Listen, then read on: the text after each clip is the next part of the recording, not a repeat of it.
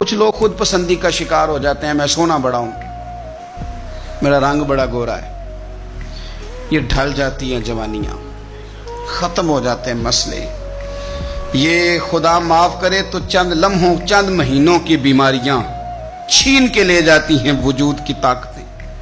یہ کبھی ان سونے جوانوں کو دیکھو جن کا قد کاٹ بڑا عروج پہ تھا اور چیزیں بڑی اعلیٰ تھیں، لیکن جب وہ بیمار ہوئے تو ان کی حالت یہ ہو گئی کہ اب پوچھنے والا کوئی نہیں، اب کوئی شخص نہیں جو ان کو پانی کا گلاس بھی دے سکے، اب کوئی نہیں جو ان کے قریب بھی جا سکے، اب کوئی شخص ایسا نہیں۔ ان کو دیکھ کے محسوس ہوتا ہے کہ یہ ڈھانچہ ہے، ان کے پاس گوشت موجود ہے ہی نہیں۔ دوائی تب اثر کرتی ہے جب رب چاہے، تعلقات تب اثر کرتے ہیں جب رب چاہے۔ آپ کو کوئی چیز بھی اس وقت موافق آتی ہے جب اللہ چاہے، جب اللہ نہ چاہے، اللہ نہ جب چاہے۔ خواجہ حسن بصری رحمۃ اللہ علیہ فرماتے ہیں میں ایک بادشاہ سے ملنے گیا، مصر کے بادشاہ سے، تو اپنے گاؤں گیا ہوا تھا، مجھے پیچھے جانے کا موقع ملا تو ایک قبر پہ کھڑا تھا بادشاہ۔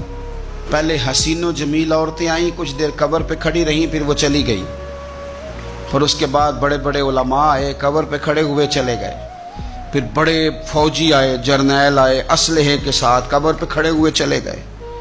پھر بادشاہ نے ساری دولت منگائی، ہیرے جواہرات قبر پہ قریب رکھے گئے۔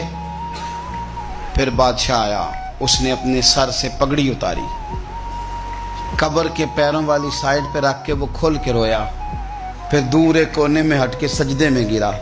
حضرت حسن بصری رحمۃ اللہ علیہ فرماتے ہیں میں نے کہا یہ ماجرا کیا ہے؟ تو کہا بادشاہ کا ایک ہی بیٹا تھا، بیمار ہو گیا، دنیا کے مہنگے مہنگے طبیب بلائے، ٹھیک نہ ہو سکا۔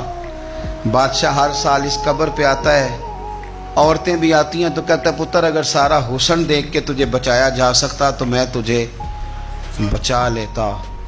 پھر علماء آتے ہیں تو بادشاہ کہتا ہے پتر اگر سارا علم لگا کے تجھے بچایا جا سکتا تو میں تجھے بچا لیتا۔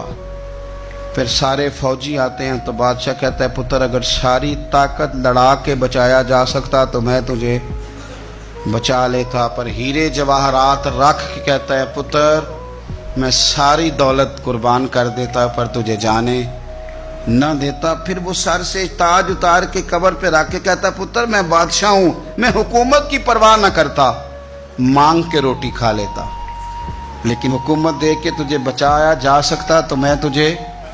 پھر رو کے کہتا ہے وہ غالب حکمت والا ہے جو تجھے لے گیا ہے، اس کی حکمت ہی غالب آتی ہے، اسی کا غلبہ ہے، وہی قدرت والا ہے، وہی طاقت والا ہے، کوئی اس کے دربار میں اس کے اذن کے بغیر دم مارنے کی جرت نہیں رکھتا۔